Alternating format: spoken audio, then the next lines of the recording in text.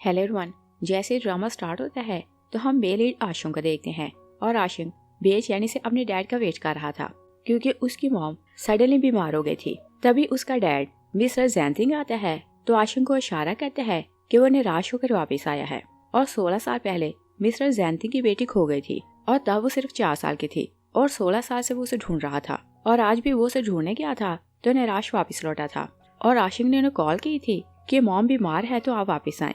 और जैनतिंग अपनी वाइफ से बहुत मोहब्बत करता था और वो उसके बीमार होने को सुनता है तो फौरन वापस आता है और आशुंग से पूछता है कि वो सडनली इतना बीमार कैसे हो गई। आशुंग ने बोलते हैं कि आप जानते हैं कि सिस्टर के खोने के बाद मॉम वीक होती जा रही है मगर अब उनकी कंडीशन अच्छी नहीं और वो बोल रही हैं कि मरने से पहले उन्हें आपसे कुछ बात करनी है, इसी कारण मैंने आपको अर्जेंट बुलाया। जैनतिंग वरीड होने लगता है तो भागता वो अंदर जाता है। उसकी वाइफ अपनी बेटी की फोटो देख रही थी। जैनतिंग अपनी वाइफ से सॉरी करता है कि 16 साल पहले हम लोग वेकेशन के लिए गए तो मैं अपनी बेटी की ठीक से केयर नहीं कर सका और इसी कारण वो खो गई। वाइफ उसे बोलती है कि तुम मुझे प्रॉमिस करो कि चाहे मैं मार जाऊं तुम गिव अप नहीं करोगे और हमारी बेटी को ढूंढ कर रहोगे। जैनतिंग उसे बोलते हैं कि हम हॉस्पिटल चलते हैं, तुम ठीक हो जाओगी और हम लोग मिलकर उसे ढूंढेंगे और दोनों मिलकर उसकी शादी करेंगे। मगर वाइफ जिद करने लगती है कि तुम मुझसे प्रॉमिस करो और जैनतिंग जैसे ही अपनी वाइफ से प्रॉमिस करता है तो उसकी वाइफ की डेथ हो जाती है और जैनतिंग बेबस होकर रोने लगता है और उसे लग रहा था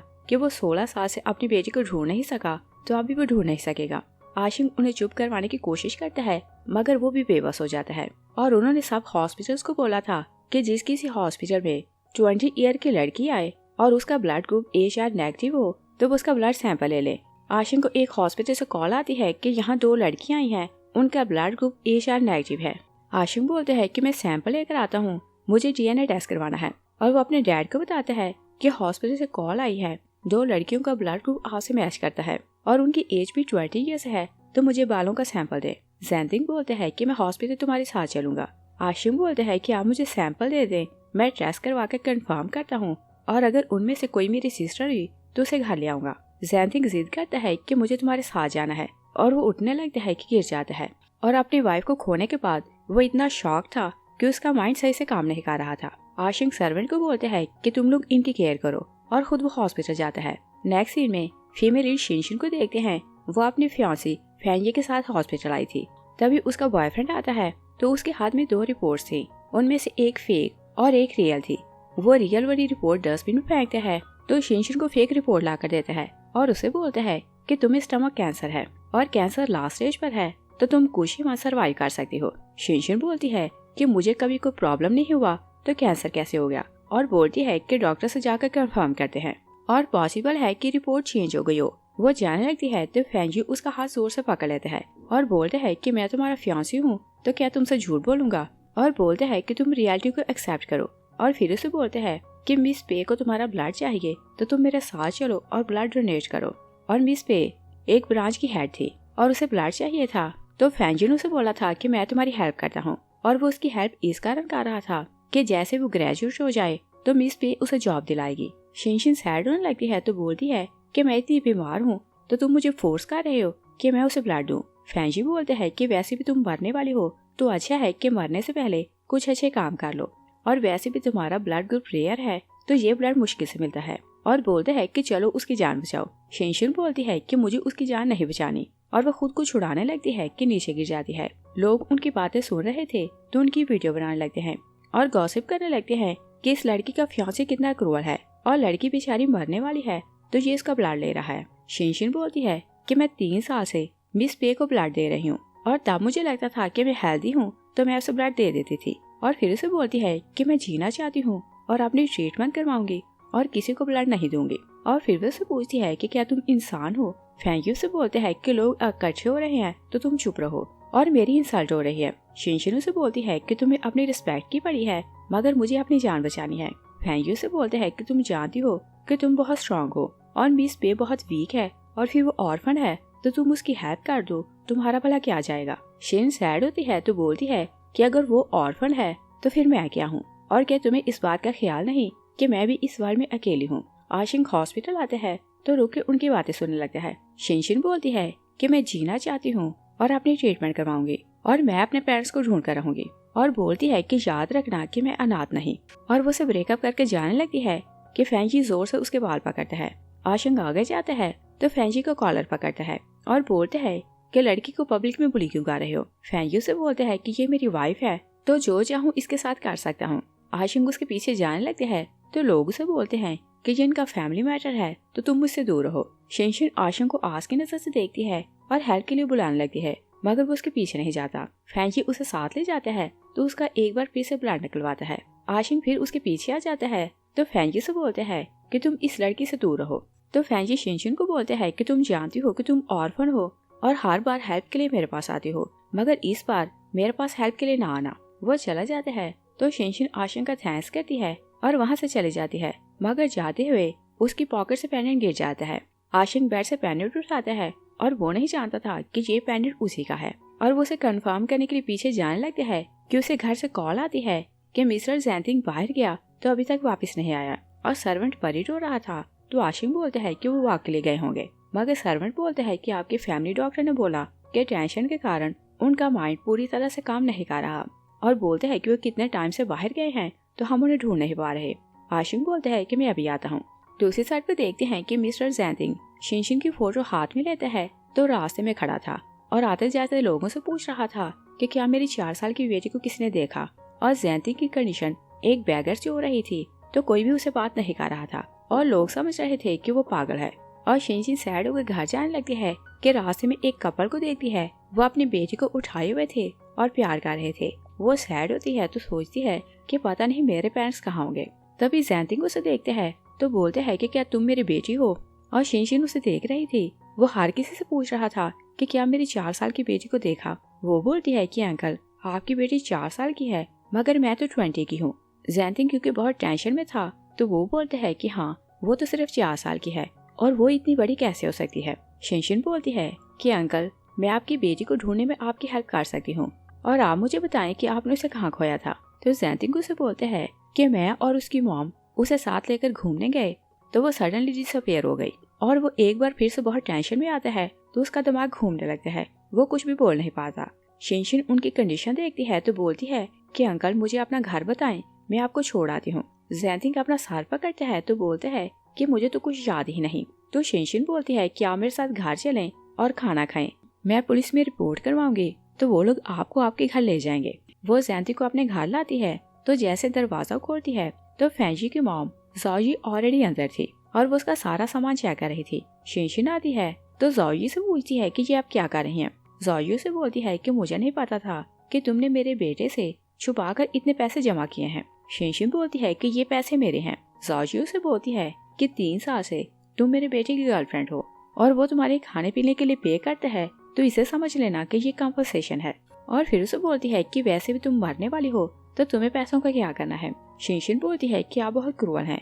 ज़ॉजी से बोलती है कि तुम्हारे पेरेंट्स ने तुम्हें ऑर्फनेज में छोड़ दिया और अगर तुम्हें किसी को क्रूअल बोलना है तो उन्हें बोलो और मुझे ब्लेम ना करो। शिनशिन बोलती है कि मुझे विश्वास है कि मेरे पेरेंट्स ने मुझे ऑर्फनेज नहीं भेजा होगा और वो मुझे ढूंढ लेंगे। ज़ॉजी उसका मजाक उड़ाने लगती है और फिर बोलती है कि तुम मरने वाली हो तो मेरे बेटे से दूर हो और उसे उम्मीद न रखना कि वो तुम्हारे फ्यूनरल के लिए पे करेगा। ज़ैंतिंग उसकी बातें सुन रहा था तो वो सैड होने लगता है। ज़ॉजी जाने लगती है तो वो उसका हाथ पकड़ लेते हैं और बोलते हैं कि माइंड ना करना, मगर इस वर्ल्ड में कोई भी पेरेंट्स अपनी बेटी को अकेला नहीं छोड़ते और मेरा दिल कहता है कि इस बच्चे के पेरेंट्स ने इसे ऑर्फनेज में नहीं छोड़ा होगा।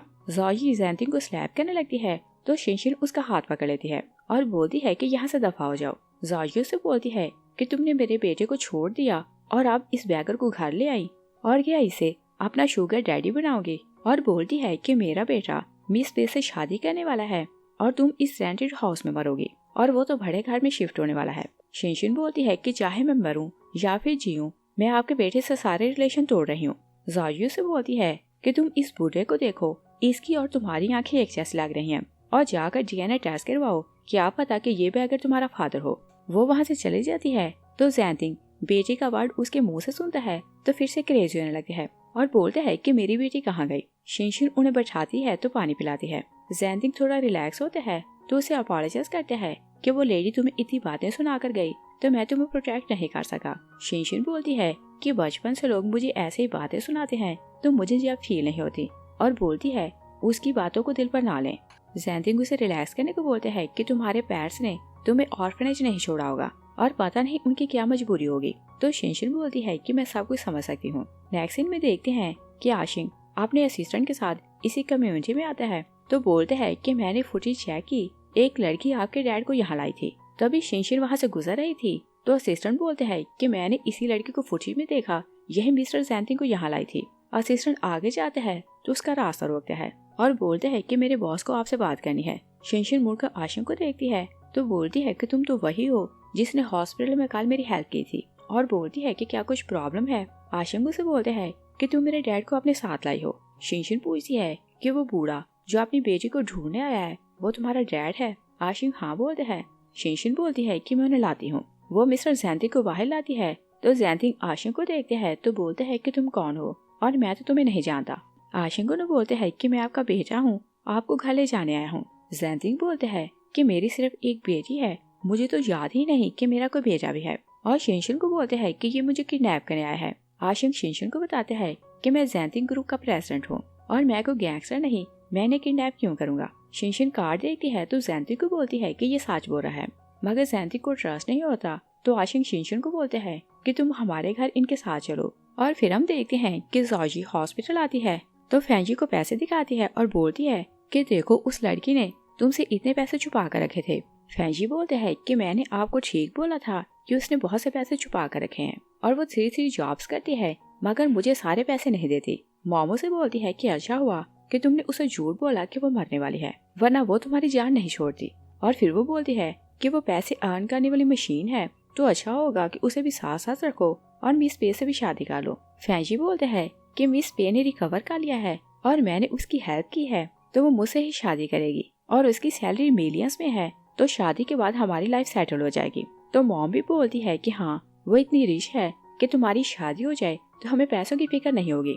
फैंजी अपनी मॉम को पहली बार मिस पे से मिलवाने लाते हैं तो बोलते हैं कि मॉम तुम्हें देखने आई है। तो मिस पे से बोलती है कि क्या तुम्हारी फैमिली को मैनर्स नहीं आते, ये एक बीमार का हाल पूछने आई तो ये खाली हाथ आ गई और एटलीस्ट ये फ्रूट तो ला सकती थी। तो जॉजी से बोलती है कि हमारे हालात अच्छे नहीं, मगर तुम जानती हो कि फैंजी टॉप स्टूडेंट है और इसे जॉब मिल जाए तो मैं तुम्हें गिफ्ट दूंगी। मिस पे शिनशिन का पूछती है तो फैंजी से बोलते हैं कि मैंने उसे ब्रेकअप कर लिया।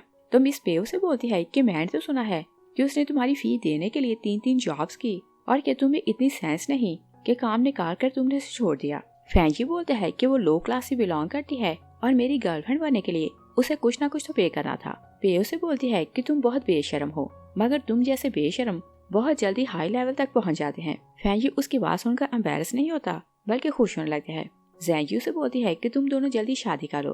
तो मिस पे बोलती है कि कुछ दिन पहले मेरे प्रेसिडेंट की वाइफ की डेथ हो गई और वो इस टाइम सैड है और अगर मैंने शादी कर ली तो उसे अच्छा नहीं लगेगा। जॉर्जी बोलती है कि मेरे हस्बैंड की डेथ हो चुकी है और तुम्हारे प्रेसिडेंट की वाइफ की, और अगर हम दोनों शादी कर लें तो सबके लिए अच्छा होगा। तो मिस पे भी बोलती है कि ये आइडिया तो अच्छा है। जॉर्जी से बोलती है कि मुझे अपने प्रेसिडेंट के घर का एड्रेस हो, और शिनशिन मिस्टर जैंतिंग के साथ उसके घर आ जाती है तो वो बाहर बैठे वेट कर रही थी कि वो लोग उसे जाने को बोलें। आशिंग आते हैं तो वो उसे बोलते हैं कि डैड जैसे ही घर आया तो यहाँ सब कुछ देखकर उसे बहुत सी चीजें याद आ गई, मगर डॉक्टर ने बोला है कि उनकी कंडीशन स्टेबल नहीं और किसी टाइम भी वो फिर से सब कुछ भूल सकते हैं और वो अपनी बेटी को ढूंढने के लिए फिर से घर से भाग जाएंगे। और फिर उसे $500,000 का बैंक कार्ड देता है तो बोलता है कि तुम यहाँ रुको, उनकी केयर करो, और वैसे भी वो तुम पर ट्रस्ट करने लगते हैं तो जब घर से बाहर जाएंगे तो तुम्हारे साथ ही जाएंगे। शिनशिन कार लेने से मना कर देती है तो बोलती है कि मैं उनकी पेन समझ सकती हूँ क्योंकि मैं भी अपनी फैमिली से दूर हूँ और फैमिली का मतलब समझ सकती हूँ, और बोलती है कि मैं फ्री में उनकी केयर करूंगी और जैसे वो रिकवर कर लें तो मैं यहाँ से चली जाऊंगी। आशिंग से बोलते हैं कि तुमने हॉस्पिटल में बोला था कि तुम अनाथ नहीं और अपने पेरेंट्स से बिछड़ गई हो, और फिर तुम्हारा ग्रुप HR नेगेटिव है तो तुम ही मेरी सिस्टर हो। वो उसे हाँ कर लेते हैं तो शिनशिन से बोलती है कि ये सच है कि मैं अपने पेरेंट्स से बिछड़ गई थी, मगर अंकल जैंती को लेकर मुझे कुछ भी याद नहीं। तो आशिंग से बोलते हैं कि तुम अपना बाल मुझे दो, मैं DNA टेस्ट करवाता हूँ तो सब कुछ क्लियर हो जाएगा। शिनशिन उसे अपने बाल दे देती है और वो मिस्टर जैंती को वॉक करवाने के लिए बाहर लाती है तो उसका घर देखकर बोलती है कि मुझे नहीं पता था कि आप इतने रिच हैं। जैंती से बोलते हैं कि मैंने सालों इतनी मेहनत की कि जब मेरी बेटी मिल जाए तो ये सब कुछ उसके नाम करूंगा, मगर मुझे नहीं पता कि मैं उसे कब ढूंढूंगा, और सैड होने लगता है कि 16 साल से मैं उसे ढूंढ नहीं पा रहा। शिनशिन बोलती है कि आप अपनी बेटी से इतनी मोहब्बत करते हैं तो आप उसे ढूंढ ही लेंगे। तभी जाओजी और फैंजी वहाँ आते हैं तो शिनशिन बोलती है कि अब मैंने ऐसा क्या किया कि तुम लोग मेरे पीछे यहाँ चले आए। और जाओजी तो यही समझ रही थी कि जैनतिंग एक बैगर है। वो बोलती है कि क्या इसे लेकर यहाँ आ गई। जैनतिंग को जाओजी पर बहुत गुस्सा था तो वो गार्ड्स को कॉल करता है कि यहाँ 2 पागल डॉग आए हैं तो इन्हें बाहर निकालो। जाओजी उस पर हंसने लगती है तो बोलती है कि तुम इस विला के बाहर खड़े होकर खुद को रीच समझ लगे हो और क्या तुम्हें लगता है कि गार्ड्स तुम्हारा ऑर्डर मानेंगे और मुझे यहाँ से निकाल देंगे। फैंजी अपनी मॉम को बोलता है कि कौन है तो मॉम उसे बताती है कि ये एक बैगर है। शिनशिन इसे अपने घर ले गई थी और ये अब इसके साथ रहता है। फैंजी शिनशिन को बोलते हैं कि मैं अभी तुम्हें लाइक करता हूँ और अगर तुम मेरे साथ जाना चाहो तो मेरे घर जा सकती हो। वो उसे हाथ लगाने लगते हैं तो जैनतिंग शिनशिन के सामने खड़ा होता है। फैंजी बोलते हैं कि इस बूढ़े के साथ रहने से अच्छा है कि तुम मेरे साथ चलो और बोलते हैं कि जैसे मिस पे से मेरी शादी हो जाए तो वो मुझे जैनतिंग ग्रुप में मैनेजर की जॉब दिलाएगी और मेरी सैलरी मिलियंस में होगी तो मैं तुम्हें भी खुश रख सकता हूँ। जैनतिंग बोलते हैं कि क्या तुम्हारी इतनी औकात है कि जैनतिंग ग्रुप में जॉब करो। फैंजी गुस्से में आता है और बोलते हैं कि बूढ़े तुमने मुझे क्या बोला। जैनतिंग उसे बोलते हैं कि मेरे होते हुए तुम जैनतिंग ग्रुप की किसी चीज को टच भी नहीं कर सकते। फैंजी उसे लड़ने के मूड में था तो मॉम उसे बोलती है कि इस बैगर के मुंह लगने की जरूरत नहीं और हम तो यहाँ इम्पोर्टेंट काम करने आए हैं। तो फैंजी बोलते हैं कि हाँ हमें जैनतिंग ग्रुप के प्रेसिडेंट को ढूंढना है और शिनशिन को बोलते हैं कि मेरी मॉम जैनतिंग ग्रुप के प्रेसिडेंट से शादी करने वाली है और मैं उसका रिच बेटा बनने वाला हूँ और तुम फिर से सोच लो तो मेरी रिग्रेट होगा कि तुमने मेरी ऑफर एक्सेप्ट नहीं की। शिनशिन दिल में स्माइल करने लगती है कि दोनों फूल हैं। जाओजी बोलती है कि मैं प्रेसिडेंट को अपनी ब्यूटी से इम्प्रेस कर लूंगी। वो दोनों अंदर जाते हैं तो जैनतिंग बोलते हैं कि ये दोनों फूल पता नहीं यहाँ क्यों आए हैं। शिनशिन उन्हें बताती है कि जाओजी का बेटा फैंजी 3 साल मेरा बॉयफ्रेंड रहा और उसे बताती है कि मैं इसकी फी पे करने के लिए 3 जॉब्स करती और जैसे इसका काम निकल गया और इसकी एजुकेशन कंप्लीट हो गई तो इसने मुझे छोड़ दिया। जैनतिंग गुस्से में आता है तो बोलता है कि फिक्र न करो, फ्यूचर में कोई तुम्हें बुली नहीं करेगा। गार्ड्स आते हैं तो जैनतिंग बोलते हैं कि अंदर 2 लोग गए हैं, उन्हें लेसन सिखाना है। शिनशिन बोलती है कि लड़के का नाम फैंजी है और उसकी मॉम का नाम जाओजी है। जैनतिंग गार्ड्स को बोलते हैं कि आपसे जैसा शिनशिन बोलेगी तुम लोग वैसा ही करोगे और बोलते हैं कि इसे मेरी बेटी ही समझना। गार्ड्स ओके बोलते हैं तो वहाँ से चले जाते हैं। जाओजी और फैंजी प्रेसिडेंट के बाहर आने का वेट कर रहे थे। गार्ड्स आते हैं तो दोनों से नाम पूछते हैं तो दोनों खुश होते हैं कि क्या हमें प्रेसिडेंट ने बुलाया। गार्ड्स उन दोनों का नाम सुनते हैं तो दोनों की पिटाई लगाने लगते हैं। दोनों पे के पास हॉस्पिटल आते हैं तो दोनों की कंडीशन बहुत खराब थी। मिस पे उन्हें पूछती है कि तुम लोगों को क्या हुआ। फैंजी बोलते हैं कि हम जैनतिंग के विला गए तो गार्ड्स ने हमें देखा तो हमारा ऐसा हाल किया। तो मिस पे पूछती है कि क्या प्रेसिडेंट को ऑफेंड तो नहीं किया। फैंजी बोलते हैं कि हम तो उससे मिले भी नहीं तो उसे ऑफेंड कैसे करते। तो मिस पे बोलती है कि ये तो अच्छा हो गया वरना मेरा फ्यूचर बर्बाद हो जाता। जाओजी से बोलती है कि तुम मेरी बेटी की जॉब दिलाओ। तो मिस पे से बोलती है कि कल से मैं जॉब पर जा रही हूँ तो इसकी जॉब का कुछ न कुछ कर लूंगी। नेक्स्ट सीन में देखते हैं कि आशिंग का असिस्टेंट उसे डीएनए की टेस्ट रिपोर्ट ला कर देता है। आशिंग रिपोर्ट देखते हैं तो शॉक रह जाता है कि शिनशिन मिसेस जैनती की बेटी नहीं थी। और फ्लैशबैक में देखते हैं कि असिस्टेंट से सैंपल गुम हो जाता है तो वो डरते हुए ये बात आशिंग को नहीं बताता और वो कार में जाकर सैंपल ढूंढने लगता है और वहाँ उसे सीट पर एक लेडीज बाल मिलता है। वो सोचते हैं कि शिनशिन इस सीट पर बैठकर घर आई तो ये बाल उसका होगा और उसने वही बाल देकर डीएनए टेस्ट करवाया था। और फिर हम प्रेजेंट में देखते हैं असिस्टेंट आशिंग को हैरान होते देखते हैं मगर वो उसे कुछ भी क्लियर नहीं करता। तभी जैनतिंग आशिंग को कॉल करता है तो रिपोर्ट का पूछता है और आशिंग उनकी मेंटल कंडीशन जानता था तो उन्हें ये नहीं बताता कि रिपोर्ट नेगेटिव आई है। वो बोलता है कि रिपोर्ट आने में टाइम है, जैसे ही रिपोर्ट आए तो मैं आपको बता दूंगा। और फिर हम देखते हैं कि आशिंग किसी पार्टी में गया था तो वो लेट नाइट वापस आता है तो वो ड्रंक था। वो मिस्टेकनली शिनशिन के रूम में चला जाता है तो उसके बेड पर गिर जाता है। शिनशिन आती है तो बोलती है कि तुम मेरे रूम में क्यों आए हो और वो उसे उठाने लगती है कि उसके ऊपर गिर जाती है। आशिंग सोचते हैं कि ये तो मेरी सिस्टर नहीं। वो उसे सेड्यूस करने लगता है तो शिनशिन उसे दूर करती है तो वहाँ से चली जाती है। और मॉर्निंग में वो घर की साफ सफाई कर रही थी। आशिंग आता है तो उसे अपॉलोजाइज करता है। शिनशिन उसे बोलती है कि आपको अपॉलोजाइज करने की जरूरत नहीं और जिसका दिल चाहे मुझे बुली कर लेता है और फिर आप तो इस घर के मालिक हैं और जिस रूम में चाहे जा सकते हैं। आशिंग फिर से उसे अपॉलोजाइज करता है। तभी मिस्टर जैनतिंग आता है तो आशिंग को बोलते हैं कि शिनशिन सारा दिन घर में फ्री होती है तो ऐसे काम नहीं चलेगा। वो उसे बोलते हैं कि ये कंपनी जाकर जॉब करेगी। शिनशिन बोलती है कि मैं सिर्फ हाई स्कूल ग्रेजुएट हूँ तो इतनी बड़ी कंपनी में काम कैसे करूँगी। जैनतिंग बोलते हैं कि कोई बात नहीं, अगर तुम काम करना चाहो तो मैं काम सीखने में तुम्हारी हेल्प करूंगा। और वो भी चाहता था कि वो उसकी कंपनी में जॉब करे, मगर शिनशिन जॉब के लिए नहीं मानती। आशिंग उसे बोलते हैं कि अगर तुम्हारा माइंड बने तो तुम मुझे बता देना। वो कंपनी जाते हैं तो सैड होने लगता है कि शिनशिन ने जॉब के लिए हाँ नहीं बोली। तभी शिनशिन उसे टेस्ट करती है कि मैंने जॉब का डिसाइड कर लिया। वो खुश हो जाता है तो रिप्लाई करता है कि तुम अभी कंपनी आओ। वो ओके बोलती है। आशिंग बहुत खुश हो जाता है तो असिस्टेंट को बोलते हैं कि ये सारी फाइल्स लेकर चले जाओ, ये काम मैं बाद में करूंगा। और वो शिनशिन का वेट करने लगता है। शिनशिन कंपनी आती है तो जैसे ही अंदर जाने लगती है तो गार्ड उसे रोक लेता है। शिनशिन उसे बोलती है कि मैं प्रेसिडेंट की फ्रेंड हूँ और उन्होंने मुझे मिलने के लिए बुलाया। गार्ड उसे बोलते हैं कि तुम इतनी पुअर लग रही हो तो प्रेसिडेंट की फ्रेंड कैसे हो सकती हो, और वो उसे बातें सुनाने लगता है। आशिंग आता है तो गार्ड को फायर कर देता है और फिर वो शिनशिन को बोलते हैं कि तुमने हमारी फैमिली में रहने के बारे में क्या सोचा। शिनशिन बोलती है कि अभी डीएनए टेस्ट का रिजल्ट नहीं आया और मैं कुछ नहीं बोल सकती, और अगर मैं मिस्टर ज़ेंटिंग की बेटी ना हुई तो उनके रिकवर करते ही मैं यहाँ से चली जाऊंगी। आशिंग कुछ सैड होता है तो फिर उसे बोलते हैं कि चलो मैं तुम्हें कंपनी का विजिट कराता हूँ। शिनशिन बोलती है कि अगर आपने मुझे कंपनी का विजिट कराया तो सब लोग बातें करेंगे कि मैंने कनेक्शन यूज करके जॉब ली। आशिंग उसकी बात समझ जाता है तो बोलते हैं कि ओके तुम खुद से अंदर जाओ। और शिनशिन प्रॉपरली ज्वाइन करके कंपनी आती है तो डिपार्टमेंट की इंचार्ज मैनेजर शू उसे काम समझाने आती है। तभी मिस पे आती है तो शिनशिन को पहचान लेती है और वो नहीं चाहती थी कि वो यहाँ जॉब करे। वो मिस शू को बोलती है कि ये सिर्फ हाई स्कूल ग्रेजुएट है तो ये इस कंपनी में जॉब नहीं कर सकती। मैनेजर शू बोलती है कि मैंने खुद इसका इंटरव्यू लिया है, ये यहाँ काम सीख जाएगी।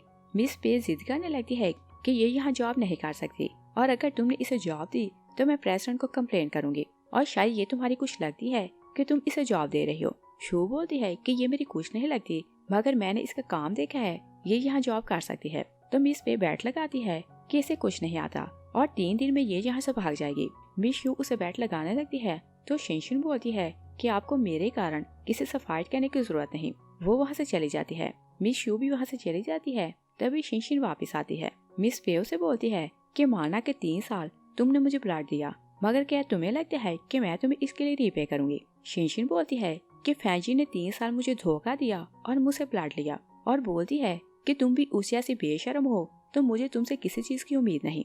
फे बोलती है कि तुम नहीं जानती कि मेरी पोजीशन यहाँ क्या है और मैं प्रेसिडेंट से कंप्लेन करूंगी कि तुमने बैकडोर यूज करके जॉब ली और तुम सिर्फ हाई स्कूल ग्रेजुएट हो। आशिंग आते हैं तो बोलते हैं कि तुम्हें कैसे पता कि ये हाई स्कूल ग्रेजुएट है और क्या तुम इसे पहले से जानती हो। मिस पे चुप हो जाती है और वो उसे ये नहीं बता सकती थी कि शिनशिन 3 साल से उसे ब्लड दे रही थी और इस तरह वो उसे जानती थी। आशिंग उसे बोलते हैं कि तुमने ये फाइल मेरे टेबल पर रखी और तुम्हें इस बंदे को जॉब दिलानी है, और क्या तुम्हें नहीं लगता कि तुम इसकी सिफारिश कर रही हो। तो मिस पे बोलती है कि हमें फाइनेंस मैनेजर की जरूरत थी तो मैंने तो सिर्फ आपकी हेल्प की है।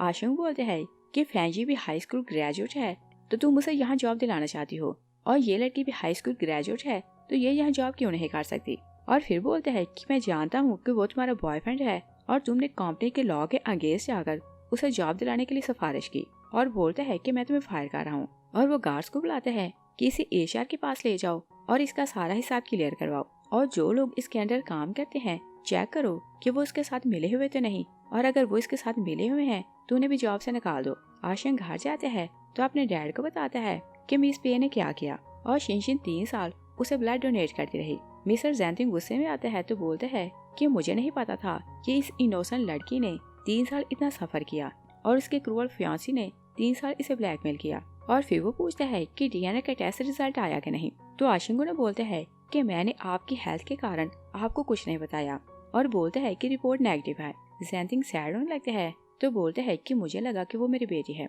और उसकी आंखें बिल्कुल तुम्हारी मॉम जैसी हैं। और फिर बोलते हैं कि मेरी बेटी के पास फैमिली पेंडेंट था और उसके पास तो वो भी नहीं, और डीएनए का रिजल्ट भी नेगेटिव है और ना ही उसके पास पेंडेंट है, तो क्लियर हो गया कि वो मेरी बेटी नहीं। आशिंग उनकी बात सुनता है तो याद करते हैं कि उसे हॉस्पिटल से एक पेंडेंट मिला था। वो बोलते हैं कि आप यहाँ बैठे, मैं कुछ लाता हूँ। वो पेंडेंट लाता है तो मिस्टर ज़ेंटिंग को दिखाता है। मिस्टर ज़ेंटिंग बोलते हैं कि ये तो मेरी बेटी है। आशिंग बोलते हैं कि ये मुझे हॉस्पिटल से मिला, मगर मैंने शिनशिन से कंफर्म नहीं किया कि ये उसका है कि नहीं, और बोलते हैं कि मैं कंपनी जाता हूँ तो उसे लेकर आता हूँ, और फिर हम उसे कंफर्म करते हैं। शिनशिन कंपनी से बाहर आती है तो आशिंग उसे कॉल करते हैं कि तुम मेरा वेट करना, मैं तुम्हें लेने आ रहा हूँ। वो पूछती है कि तुम्हें मुझसे क्या काम है। आशिंग उसे बोलते हैं कि मुझे हॉस्पिटल में एक पेंडेंट मिला, तो क्या वो तुम्हारा है। तो वो हाँ बोलती है। तभी फैंजी और मिस पे आते हैं तो उसे किडनैप कर लेते हैं और उसका फोन छीन लेते हैं। आशिंग आता है तो उसे शिनशिन नहीं मिलती। वो उसे कॉल करते हैं मगर वो कॉल रिसीव नहीं कर रही थी। उधर शिनशिन जागती है तो फैंजी को बोलती है कि तुमने मुझे किडनैप क्यों किया। तो मिस पेव से बताती है कि मैंने प्रेसिडेंट के सर्वेंट को पैसे दिए और उसे सब कुछ पूछ लिया और मुझे पता चला है कि तुम उनकी खोई हुई बेटी हो, और बोलती है कि अगर तुम्हारी डेथ हो जाए तो तुम्हारी जगह मैं लूंगी। शिनशिन बोलती है कि क्या तुम्हें डर नहीं लगता कि तुम एक्सपोज हो जाओगी। फैंजी से बोलते हैं कि हम लोग फेक रिपोर्ट बनवाने में एक्सपर्ट हैं, और बोलते हैं कि क्या तुम्हें याद नहीं कि मैंने तुम्हारी फेक रिपोर्ट बनवाई थी और तुमने ट्रस्ट कर लिया कि तुम्हें कैंसर है। शिनशिन उसकी बात सुनती है तो बोलती है कि तुम लोग बहुत क्रूअल हो। फैंजी से बोलते हैं कि हम लोग जीएनए टेस्ट की फेक रिपोर्ट बनवाएंगे तो मिस पे तुम्हारे डैड को बोलेगी कि ये उनकी बेटी है। मिस पे फैंजी को बोलती है कि तुम इसे मार दो वरना ये वापस अपने डैड के पास चली जाएगी। वो चली जाती है तो शिनशिन फैंजी को बोलती है कि क्या तुम्हें लगता है कि पे मिस्टर जैंती की बेटी बन जाए तो वो तुमसे शादी कर लेगी, और बोलती है कि अगर तुम मुझे यहाँ से जाने दो तो मैं डैड को बोलूंगी कि मैं तुमसे मोहब्बत करती हूँ तो वो मेरी शादी तुमसे करवाएगा और तुम भी रिच हो जाओगे। फैंजी उसकी बातों में आता है तो उसके हाथ खोलकर उसे साथ ले जाता है, और मिस पे जैंती के घर आती है तो उसे जीएनए टेस्ट की फेक रिपोर्ट दिखाती है और बोलती है कि मैं ही आपकी बेटी हूँ। जैंतिंग उसे देखकर रोने लगते हैं तो बोलते हैं कि तुम्हारी आंखें बिल्कुल अपनी मॉम जैसी हैं तो मैं तुम पर डाउट नहीं कर सकता और मुझे किसी रिपोर्ट की जरूरत नहीं, और बोलते हैं कि चलो अपनी मॉम का रूम देखो, वो तुम्हें याद करते हुए मार गए। वो उसे अपनी वाइफ के रूम में लाते हैं तो उसे अंदर पुश करते हैं तो दरवाजा लॉक कर देते हैं और बोलते हैं कि क्या तुमने मुझे फूल समझा। और फैंजी शिनशिन को अपने साथ लाता है तो जैंतिंग शिनशिन को देखते हैं तो रोने लगते हैं और उसे बताते हैं कि मैं तुम्हारा फादर हूँ, और अपोलोजाइज करते हैं कि तुम ये ना समझना कि मैंने तुम्हें अकेला छोड़ दिया, और बताने लगते हैं कि किस तरह से मैंने तुम्हें खोया और 16 साल से मैं दिन रात तुम्हें ढूंढ रहा हूँ, और बोलते हैं कि 16 साल तुमने इतना सफर किया तो मुझे माफ कर दो। शिनशिन बोलती है कि मैं जानती हूँ कि आप 16 साल से मुझे ढूंढ रहे हैं और मैं आपको ब्लेम नहीं करूंगी। और फैंजी रोने का नाटक करने लगते हैं कि जैंतिंग उसे इम्प्रेस होगा तो अपनी बेटी की शादी उससे करेगा। तभी गार्ड्स आते हैं तो उसे पकड़ लेते हैं। आशिंग उसे बोलते हैं कि तुमने शिनशिन को किडनैप करवाया और इसे मारने की कोशिश की और तुम जेल जाओगे। फैंजी शिनशिन को बोलते हैं कि मुझे छुड़ाओ। वो ना बोलती है तो फैंजी से बोलते हैं कि तुमने तो कसम खाई थी कि मैं तुम्हें तुम्हारी फैमिली से मिलवाऊं तो तुम मुझसे शादी करोगे। शिन बोलती है कि तुमने भी तो कसम खाई थी कि ग्रेजुएट होकर तुम मुझसे शादी करोगे, मगर तुम प्रॉमिस तोड़ सकते हो तो मैं प्रॉमिस पूरा क्यों करती। गार्ड्स उसे पुलिस स्टेशन ले जाते हैं और शिनशिन अपनी मॉम के रूम में जाती है तो पे ने अपनी वेंस काटी हुई थी और बोलती है कि मुझे दूसरों का एहसान लेना पसंद नहीं और तुमने मुझे अपना ब्लड दिया तो देखो मैं तुम्हें रिटर्न कर रही हूँ। उसकी डेथ हो जाती है। नेक्स्ट सीन में देखते हैं कि शिनशिन 2 साल बाद अब्रॉड से स्टडी करके वापस आती है। जैंतिंग और आशिंग उसे लेने आते हैं तो जैंतिंग अपनी बेटी को देखकर खुश हो रहा था, मगर आशिंग शिनशिन को देखते हैं तो थोड़ा कंफ्यूज हो रहा था, और वो क्योंकि शिनशिन को लाइक करने लगा था मगर उसे डर लग रहा था कि वो ये बात किसी को बताएगा तो सब उस पर हंसेंगे। वो मिस्टर जैंतिंग को बोलते हैं कि आपकी वारिस वापस आ गई और मैं कंपनी इसके नाम कर रहा हूँ, और बोलते हैं कि मैं शिनशिन को काम सिखाऊंगा, जैसे ये कंपनी संभालने के लायक हो जाए तो मैं कंपनी इसके हैंडओवर कर दूंगा। और जैंतिंग नहीं जानता था कि उसका प्लान क्या है। आशिंग बोलते हैं कि मैं इसे काम सिखाने के लिए इसे अपनी सेक्रेटरी बनाकर साथ रखूंगा, तो शिनशिन उसके साथ उसकी सेक्रेटरी बनकर जॉब कर रही थी। आशिंग उसे अपने साथ मीटिंग के लिए लाता है तो वहाँ एक कॉन्ट्रैक्टर मिस्टर जियांग आया था और ये आशिंग का फ्रेंड भी था, और वो लोग मीटिंग करने लगते हैं तो आशिंग शिनशिन को वाइन पीने नहीं देता। जियांग आशिंग को बोलते हैं कि मैं जानता हूँ कि तुम्हारे दिल में एक सीक्रेट है और क्या तुम शिनशिन को नहीं बताओगे। और शिनशिन को बोलते हैं कि ये सीक्रेटली किसी से मोहब्बत करता है। आशिंग उस दिन को याद करने लगते हैं जिस दिन वो एक्सीडेंटली शिनशिन के रूम में गया था। वो कंफ्यूज होता है तो जियांग को बोलते हैं कि मैं किसी से मोहब्बत नहीं करता, और वो किसी से फोन पर बात करने के लिए बाहर जाता है तो जियांग शिनशिन को बोलते हैं कि तुम अपने भाई की बात ना मानना, और उसे वाइन पिलाता है तो शिनशिन वाइन पी लेती है। और जियांग ऑलरेडी ये सीक्रेट जानता था कि आशिंग शिनशिन को लाइक करता है। वो उसे बोलते हैं कि क्या तुम जानती हो कि तुम्हारा भाई सीक्रेटली किसी को पसंद करता है, और क्या तुम जानना नहीं चाहती कि वो लड़की कौन है, और क्या तुम उसे नहीं पूछोगी कि वो लड़की कौन है। शिनशिन बोलती है कि शायद वो मुझे बताना नहीं चाहता, और बोलती है कि जब मैं अब्रॉड में थी तो आशिंग से बात करती तो मुझे फील होता कि वो मुझसे कुछ पा रहा है और उसका टेम्पर चेंज हो गया है, मगर वो मुझे इस बारे में कभी नहीं बताएगा। जियांग से बोलते हैं कि क्या तुम जानना नहीं चाहती कि वो कौन है, और वो उसे बताने ही लगता है कि आशिंग आता है तो बोलते हैं कि तुम इतने क्लोज क्यों बैठे हो, और फिर भी शिनशिन के मुंह को स्मेल करता है तो बोलते हैं कि मैंने तुम्हें मना किया था कि तुम वाइन नहीं पियोगी। वो नाराज होकर बाहर जाते हैं तो सिगरेट पीने लगता है, और उसे समझ नहीं आ रही थी कि वो क्या करे। शिनशिन आती है तो वो सिगरेट फेंक देता है, और वो क्योंकि उसे दूर जाना चाहता था और बोलता है कि तुमने कंपनी संभाल ली है और बोलते है कि नेक्स्ट मंथ मैं अब्रॉड स्टडी के लिए जा रहा हूँ। शिनशिन उसे हाँ करती है तो बोलती है कि मैं आपको मिस करूंगी। आशिंग बोलते है कि हाँ मैं तुम्हारा भाई हूँ तो ये नेचुरल है कि तुम मुझे मिस करोगी। शिनशिन बोलती है कि चाहे मैं सारी लाइफ अकेली रही और इंडिपेंडेंट थी मगर अब मैं आप पर डिपेंड करने लगी हूँ। आशिंग से बोलते हैं कि मैं अब शादी करने वाला हूँ तो शादी के बाद तुम्हें टाइम नहीं दे सकूंगा और बोलते हैं कि मैं अपनी वाइफ के साथ रहूंगा और तुम अपने सारे मैटर्स खुद देखना। शिनशिन बोलती है कि मुझे नहीं पता था कि आपकी गर्लफ्रेंड है और पूछती है कि आपकी गर्लफ्रेंड कौन है और आप शादी कब करने वाले हैं और बोलती है कि मुझे उसे मिलवाएं। आशिंग से बोलते हैं कि तुम जाओ मुझे किसी से मिलना है।